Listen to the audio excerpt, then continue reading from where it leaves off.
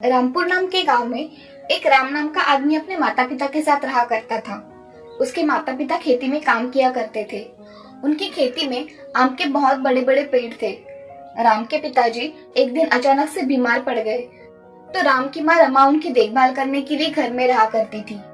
रमा राम से, बेटे, अब तुम्हें ही घर की सारी खेती देखनी पड़ेगी। माँ, तुम चिंता मत करो, मैं सब संभाल लूंगा। मुझे तुम पर विश्वास है कि तुम सब कर लोगे। मैं चलता हूँ माँ। ऐसा कहकर राम वहाँ से चला जाता है। सुभाष घर पर आराम करने की वजह से उनकी तबीयत में थोड़ा सुधार आ गया था। राम अब खेतों की देखभाल किया करता था। ठंड का मौसम शुरू हो गया था। तभी राम के खेत में आम के पेड़ों को बहुत सारे आम लग गए थे।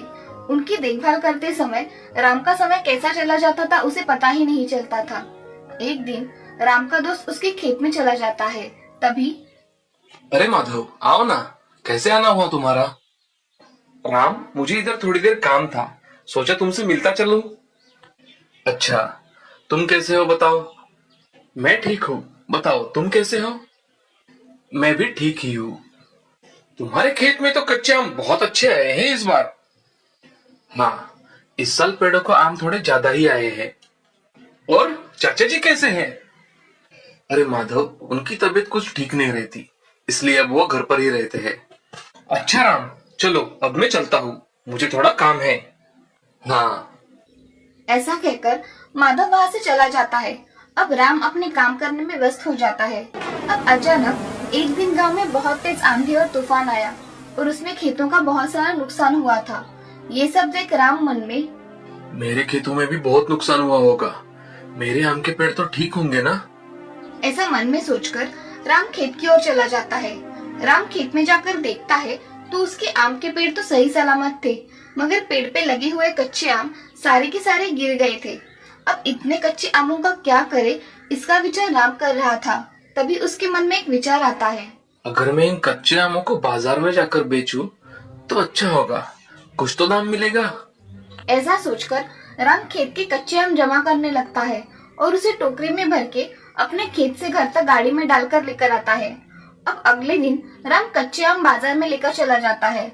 अब राम एक जगह रुककर अपने कच्चे आम बेचना शुरू कर देता है।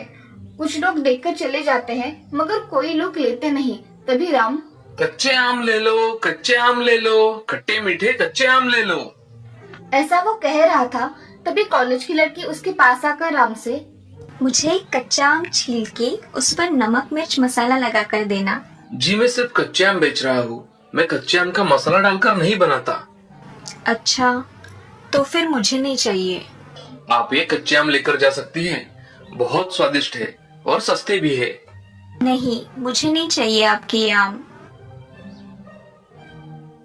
राम अब उस लड़की की बातों का विचार करता है। ये लड़की कच्चे आम नहीं लेना चाहती, मगर इसे खाने के लिए मिर्च मसाला डालकर कच्चे आम चाहिए। अगर मैं कच्चे आम को काटकर उसे अच्छी तरह से बनाकर बेचूं तो मेरे कच्चे आम भी बेचे जाएंगे और नुकसान भी ज्यादा नहीं होगा। ऐसा सोचकर राम घर चला जाता है और अगले दिन कच्चे आम पर डालने के लिए लगने वाला सारा सामान अपने साथ लेकर शहर चला जाता है। आज वो उसी जगह एक रेडी लगाकर खड़ा था। उसने उस रेडी पर कुछ जरूरत की चीजें रखकर बेचनी शुरू कर दी थी। अब राम, कच्चे आम ले लो, खट्टे मीठे रसीले आम ले लो, ऐसा वो आवाज दे रहा था। तभी दो लड़के उसके रेडी के पास आकर उससे, अरे भैया, कितने के लिए है ये कच्चे आम? 15 रुपए का एक प्लेट। बोलो आपके लिए कितने बनाऊं? 2 प्लेट बना दो भैया। ठीक है, अभी बनाता हूँ। ऐसा कहकर राम 2 प्लेट के लिए कच्चे आम काटकर उसमें मिर्च मसाला डाल देता है और उस पे अलग ही चटनी डालता है। उससे उस कच्चे आम का स्वाद और बढ़ जाता है। राम अब कच्चे आम 2 प्लेट में डालकर उन 2 लड़कों को दे देता है और वो लड़के खाने लगते हैं। तभी लड़के राम से, भैया, बहुत ही स्वादिष्ट है आपके कच्चे आम और सेहतमंद भी। आपको पसंद आए? हमें तो बहुत पसंद आए। आज से हम हर रोज आपके यहाँ से कच्चे आम खाकर जाएंगे। ऐसा कहकर वो लड़के चले जाते हैं। उन लड़कों की बातचीत सुन राम का दिल खुशी से भर जाता है। अब राम दिन भर खड़े रहकर रेडी पर सारे कच्चे आम बेचता है और शाम को घर जाने पर उसकी माँ, बेटे, आज तुम्हारे सारे कच्चे आम बेचे गए। हाँ माँ, मेरे सारे आम बेचे गए, मैं बहुत खुश हूँ। बेटे, मगर ये कच्चे आम ज्यादा दिन तक नहीं मिलेंगे। पिताजी, ये नीचे गिरे हुए आम तो मैंने बेच डाले और कुछ आम है हमारे पेड़ों पर, मैं वही बेचकर धंधा करूंगा और नहीं मिले तो खरीद लूंगा। हाँ, ये अच्छा विचार है तुम्हारा। चलो तुम हाथ मुंह धो लो, मैं खाना परोसती हूँ। ऐसा कहकर रमा किचन में चली जाती है। सभी आज एक साथ खाना खाते हैं और सो जाते हैं। अब राम भी अपना काम बहुत अच्छी तरह से कर रहा था। उसकी हाथ के टेस्ट की वजह से सभी लोग उससे कच्चे आम खरीदा करते थे और उसके दुकान के कच्चे आम जल्दी खत्म हो जाया करते थे। ये देख रेडी के पास खड़ा दुकानदार श्यामलाल राम की तरक्की पर बहुत जल रहा था। उसके मन में राम का धंधा बंद करने का विचार आता है। तभी श्यामलाल, इस राम का कुछ बंदोबस्त करना ही पड़ेगा। इसकी वजह से मेरी दुकान पर ग्राहक आना ही कम हो गए हैं और खुद कितने से अच्छा धंधा कर रहा है। ऐसा सोचकर वो उसका धंधा बिठाने की कुछ तरकीब ढूंढता है।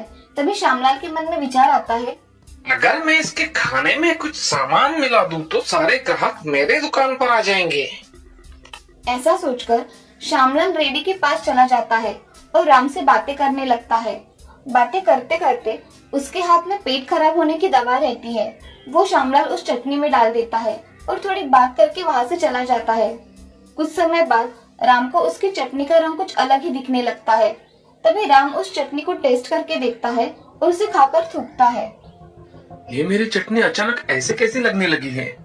इतनी खराब तो आज तक नहीं लगी। इसमें कुछ मिलाया हुआ लग रहा है। राम वैसे ही वो चटनी उठाकर फेंक देता है और घर जाने के लिए निकलता है। तभी उसके पास गांव का आदमी रोहन आ जाता है। अरे राम, इतनी जल्दी कहाँ जा रहे हो? अरे रोहन, मैं घर जाकर कुछ देखना चाहता हूँ। क्या हुआ है राम? बड़ी चिंता में दिखाई दे रहे हो। रोहन, मेरी चटनी में अचानक किसने कुछ मिला दिया था। मैंने खाकर देखा तो मुझे बहुत खराब लगा, इसलिए मैंने वो चटनी फेंक दी। और ये काम किसने किया होगा यही सोच रहा हूँ। सुबह से तुम्हारी रेडी पर कौन कौन आया था? ग्राहक छोड़कर तो सिर्फ श्यामलाल आया था।